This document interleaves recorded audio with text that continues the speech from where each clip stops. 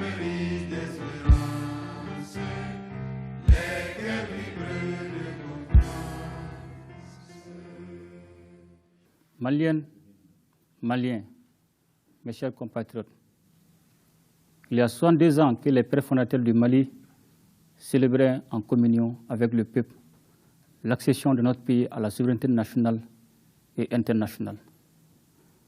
Cet événement historique que nous consacrons à notre tour est un rendez-vous citoyen auquel chaque Malienne et Malien doit accorder la plus haute importance, car c'est le jour de souvenir de notre dignité retrouvée après une longue période de domination coloniale. C'est pour cette raison que nous plaçons ce 70e anniversaire sous le signe de l'union dans la souveraineté retrouvée. Maliennes, Maliens, mes chers compatriotes, la rectification de la transition intervenue à partir du 24 mai 2021 résultait de la prise de conscience que les véritables causes des crises politiques et sociales dans notre pays n'avaient pas été traitées sérieusement.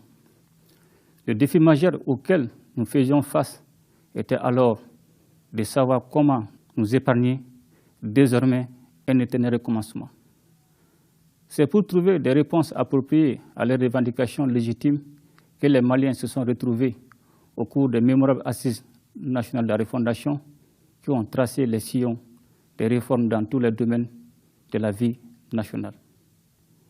Au même moment où nous étions attelés à réaliser ces aspirations profondes de notre peuple, les organisations communautaires ouest-africaines ont décidé d'imposer des sanctions à notre pays.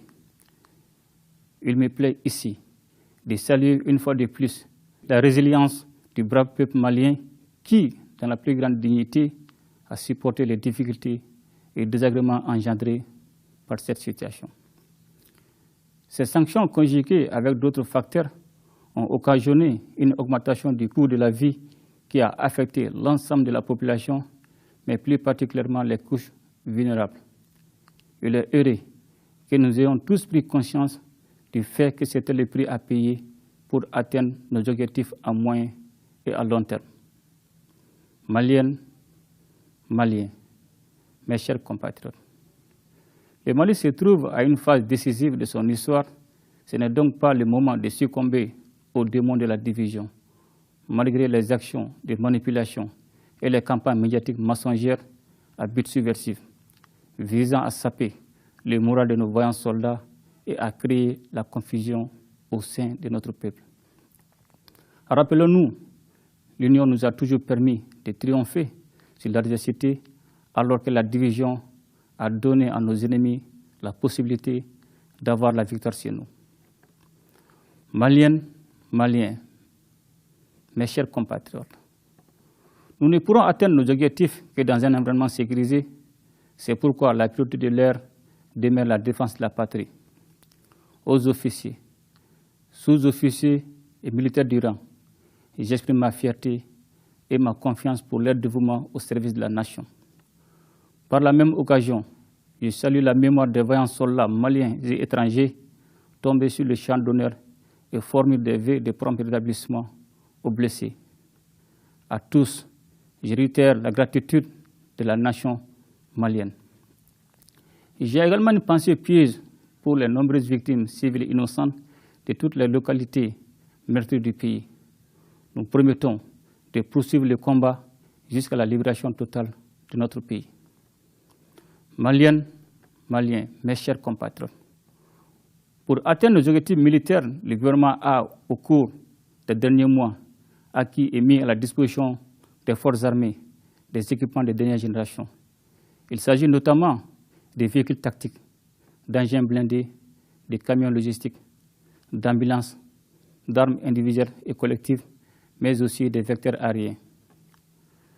La montée en puissance actuelle, fruit d'un renforcement acharné des capacités terrestres et aériennes des forces armées, résulte d'une série de réformes et d'améliorations conséquentes des conditions de vie et de travail des hommes et femmes qui se battent au quotidien avec ardeur contre le terrorisme et les autres menaces qui assaillent notre pays.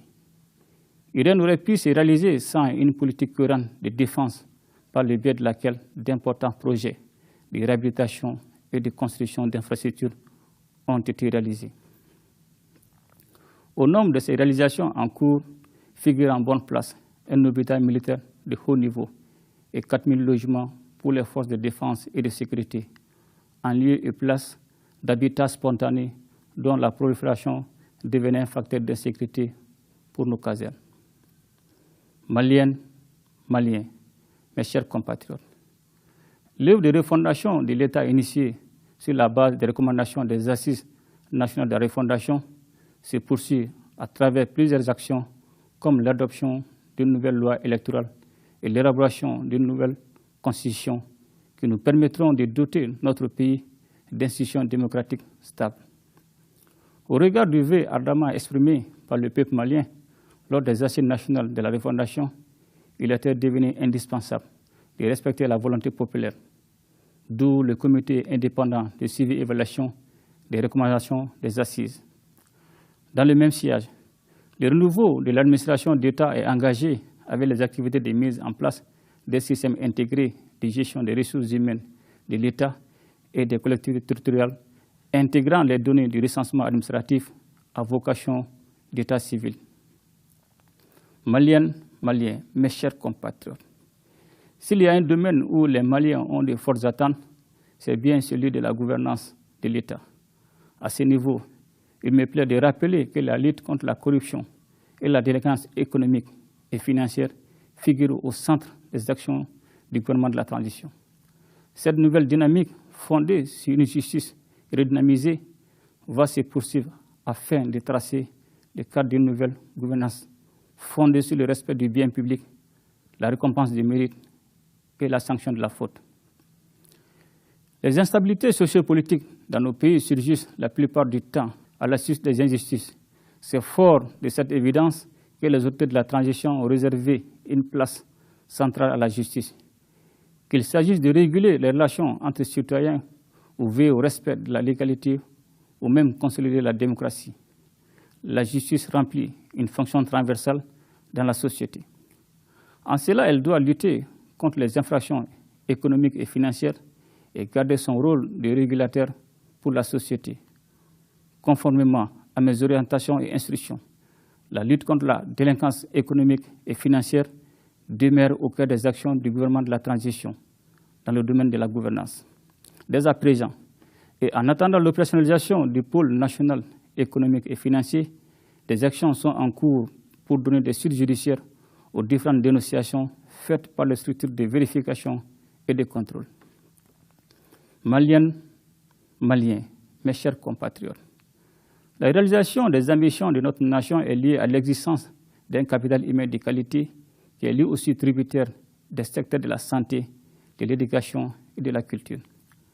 C'est conscient de cela que, dans le domaine de la santé et du développement social, le gouvernement a mis l'accent sur la lutte contre les maladies, la construction d'infrastructures et la mise à disposition d'équipements, ainsi que le renforcement de la solidarité et la lutte contre l'exclusion.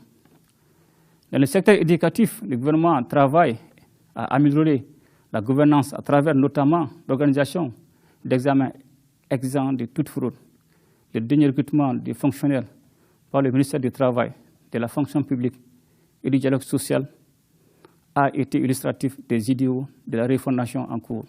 Il me plaît également de rappeler les actions qui sont mises en œuvre pour le renforcement de l'employabilité des jeunes et le développement de l'esprit d'entreprise qui ont amélioré l'accès à l'emploi et assuré la promotion de l'auto-emploi.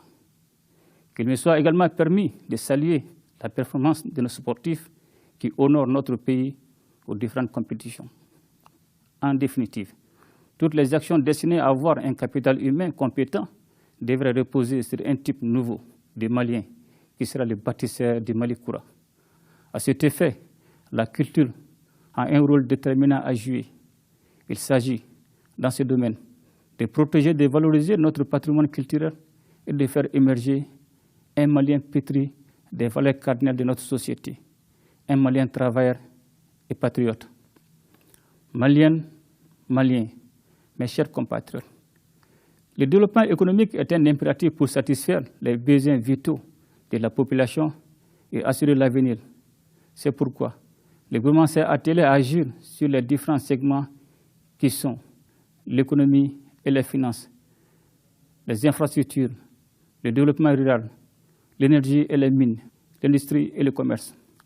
Comme vous le savez, en raison de la situation que notre pays connaît, les appuis budgétaires ont été réduits de manière drastique pendant que la perte des recettes fiscales a atteint 3% du PIB. Dans le même temps, la crise sécuritaire a entraîné l'accroissement des dépenses militaires au détriment d'autres secteurs.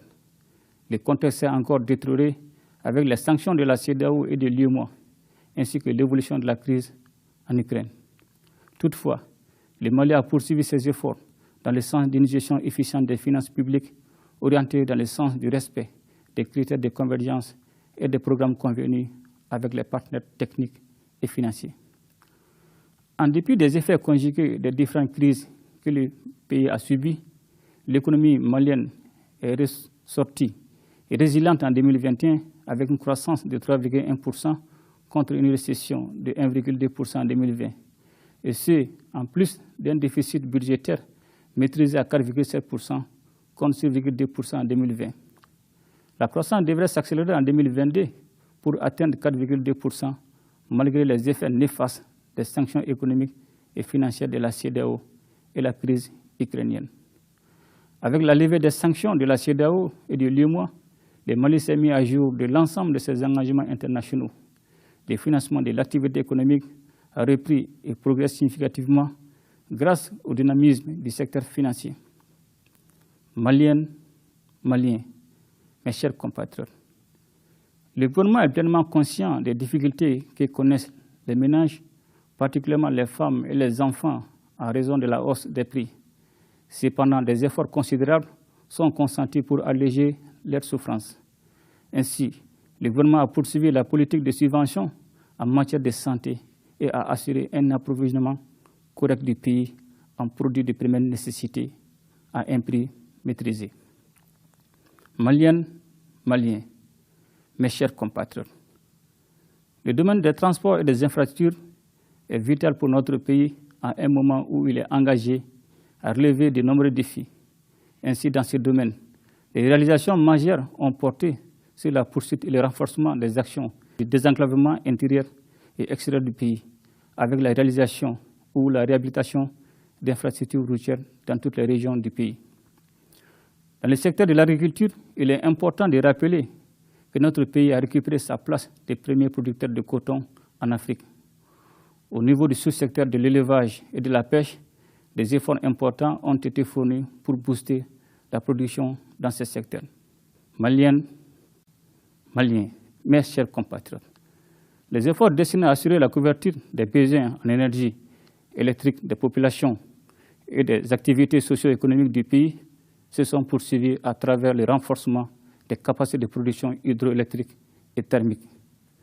La mise en œuvre des projets et activités annoncées permet de projeter le taux national d'électrification à 55% à la fin de l'année contre 53% en 2021. L'ambition étant fixée à 58% pour 2023. Maliennes, Maliens, mes chers compatriotes, plus que jamais, le Mali entend retrouver la place qui lui revient dans le concert des nations. Je voudrais saluer notre diplomatie qui, de manière courageuse et professionnelle, porte la voix du Mali partout où cela se doit. Je voudrais également remercier tous les partenaires qui accompagnent notre pays dans la lutte contre les groupes armés terroristes et pour la restauration d'un État démocratique.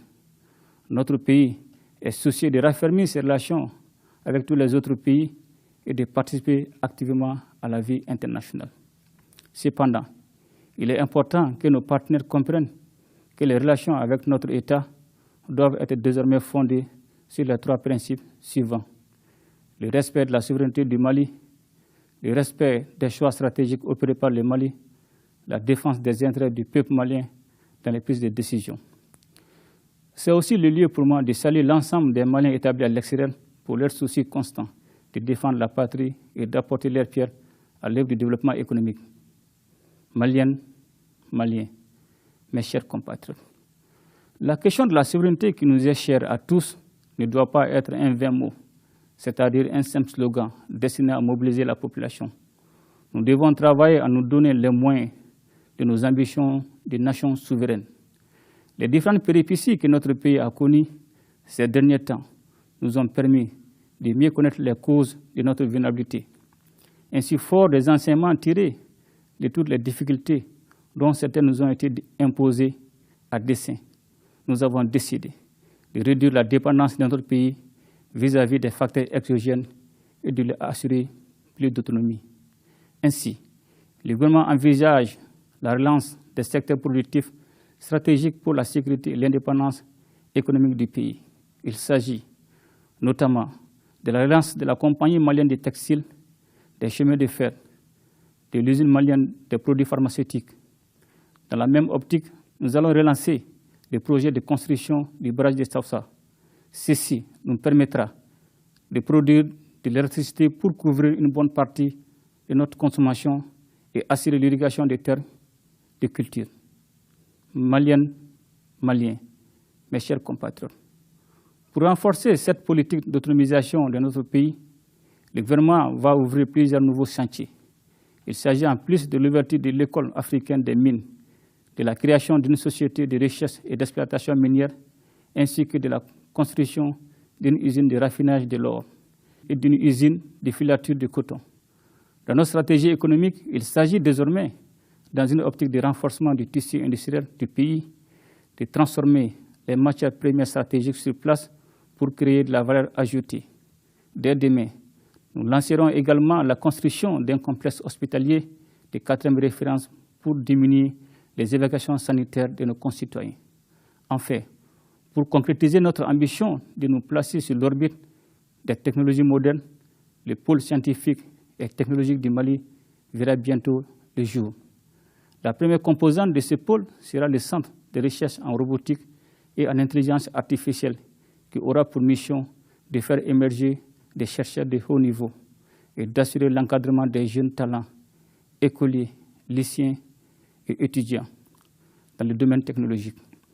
Maliennes, Maliens, mes chers compatriotes, tout en rendant à nouveau un hommage mérité au peuple malien pour sa mobilisation inconditionnelle pour la réussite de la transition, je lance un appel pressant à la jeunesse malienne dont le rôle a toujours été décisif dans la vie publique. Cette transition est aussi la sienne. C'est la raison pour laquelle elle ne doit nullement être en marge du processus de refondation de notre pays. Cela est d'autant plus nécessaire que l'attitude de la jeunesse a toujours eu un impact sur le pays. Ensemble, nous ferons le Mali Koura. Vive le Mali indépendant et prospère. Qu'Allah bénisse le Mali et protège les Maliens. Je vous remercie.